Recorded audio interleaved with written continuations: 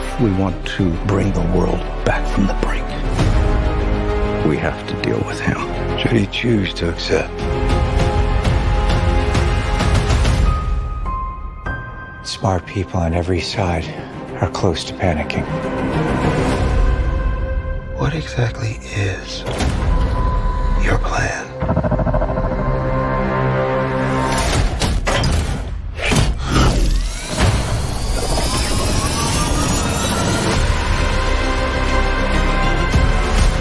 Your team has been betrayed, Ethan. All your secrets compromised. Everything you are, everything you've done, has come to this.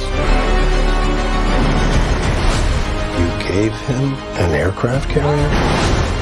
Trinidad the Islandman, your Islandman, come to you live once again from beautiful Hawaii here on the island Oahu, bringing you, yes you, the best movie reviews on the entire island of Oahu.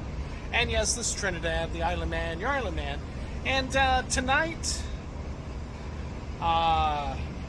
Memorial Day weekend, I went in and I just walked out of the theater watching Mission Impossible Final Reckoning. And well, remember our rating scale, shock a thumbs up, it's good to see, I recommend it. Shock a thumbs down, it's junk, I don't recommend it. And overall for Mission Impossible Final Reckoning with Tom Cruise, and honestly, outstanding cast, far more than what his team, Vince Rames, Simon Pegg, Pon Clemente. There are some big stars. Angela Bassett stars as the president in this movie. But overall, it is a shock a thumbs down. I did not go back and rewatch Dead Reckoning before this. It might have been helpful. It's been like a couple of years, I think. And honestly, this movie, for being 3 hours long almost, 2 hours, 49 minutes, it really struggles to try to catch you back up to speed and remind you where you are and where everybody is. The first 15 to 20 minutes, they try to do that and try to remind you, oh yeah, this AI is going on and trying to take over the world. Actually, it's decided to destroy the world via Skynet with nuclear missiles, and so thus most of this film, it's trying to take over all of the nuclear arsenals throughout the world: India, China, Russia, United States, Pakistan, you name it, UK, Israel. For when it does, it will destroy the world with all of the nuclear weapons. Why is not really explained. Its goal after that, with everybody destroyed, it's just going to exist on some protected server somewhere. It's like, well, okay, you can't really figure the logic of this computer and this machine, other than it doesn't want humans around anymore, essentially. And so, very much like the first one, we're reminded that Ethan has the key, which gains him access to the program of this AI that was lost on the Russian sub, again, way back from the first movie. We find out that actually actions that, a little bit of spoilers, but it really doesn't matter. We find out that Ethan is the cause of the AI, because way back in Mission Impossible Part 3, when his wife was in jeopardy, he stole something to give to that billionaire, and it turned out to be the bare bones of this AI program, which we now see wishing to destroy the world. So, it just seems to be really retconned. They tried to really fit it in that, this is all linked, and it is kind of neat to see one of the characters way back from the first movie, some insignificant person, come back to have a large role. That was kind of nice and interesting, but it didn't really serve the narrative. And what I'm left with overall is that Tom Cruise is old. He's almost 70 years old, and it shows in this movie. Yes, he does some incredible stunts on a biplane, jumping from one biplane to the next, some aerial acrobatics, etc. But what you don't see is a lot of hand-to-hand combat with him like you had seen in other movies. A major portion of the hand-to-hand combat for him, jokingly, I guess, is done off camera. Which is, I suppose, could be considered a little amusing. However, I found it to be, Tom Cruise can't do that kind of stuff anymore, so we're going to keep it off camera. So, I found that very disheartening, honestly, more so than maybe what he had intended as being a joke. You get a lot of running from Tom Cruise. He can still run.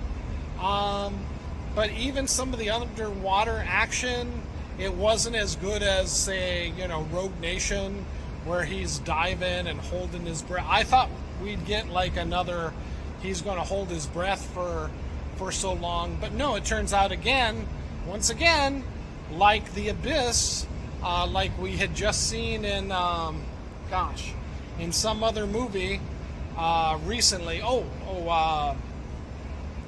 That deep salvage sea drama based on real life, where because the cold, where he runs out of oxygen underwater, Tom Cruise, and he has to be resuscitated, but they don't even really go into that all that much, just saying that, we know this is going to happen. Okay, we've taken steps to revive you. You're going to take these steps and you're going to revive me. And so they take those steps and they go ahead and they revive him.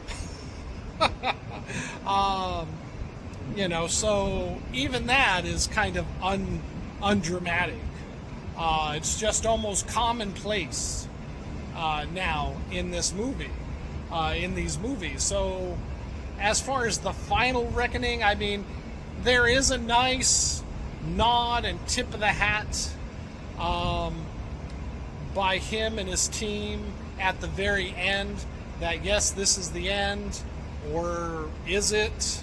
Who knows?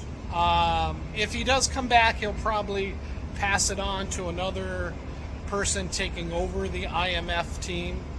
But overall, there is a lot of action in this movie. There is some drama.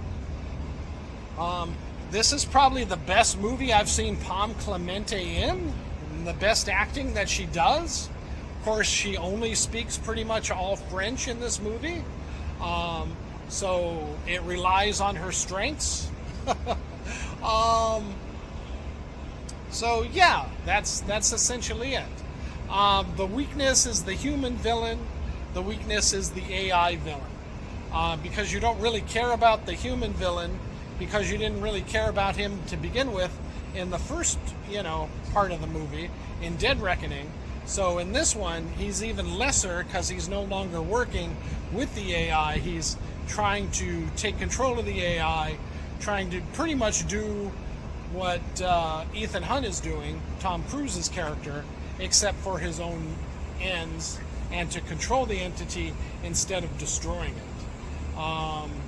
And he can't even do that all the way because he knows he can just have Ethan go through all the work to get the program, and then all he's got to do is, threaten one of his teammates, and then Ethan will give it to him, pretty much. That's his whole plan and scenario. Rather dull and boring, in my opinion. I was not impressed with this movie. Again, there are some good stunts, there are some good action scenes, but nothing that rivaled what we had seen before. And again, it's kind of cut into that Terminator kind of scenario of AI is going to nuclear destroy the world. How can we stop Skynet from doing this? So it's like, well, we've seen it, all before, and that's all I can say about this movie. Again, overall, Tom Cruise does a good job. Haley Atwell is no Rebecca Ferguson. Sorry to say. She might be a great Agent Carter, or new Captain America, or whatever, Captain Britain, whatever. But she's for the IMF team, Mission Impossible. I think they should have stuck with Rebecca Ferguson, and they probably would have if she was not busy doing all the Dune movies. Just saying. All right. Simon Pegg looks really old. It's scary to see him looking older than Tom Cruise, when I think he was younger than Tom Cruise when he started. I don't know. All right. So again, overall, a shock of thumbs down. If you're a really big Mission Impossible fan, you'll want to probably watch this for the farewell tour of Tom Cruise and his Mission Impossible team. If not, then just wait for it on streaming, and definitely watch Dead Reckoning before this one, and you'll be a little bit more in the loop with it than going in cold after all these years. All right. Mahalo and aloha.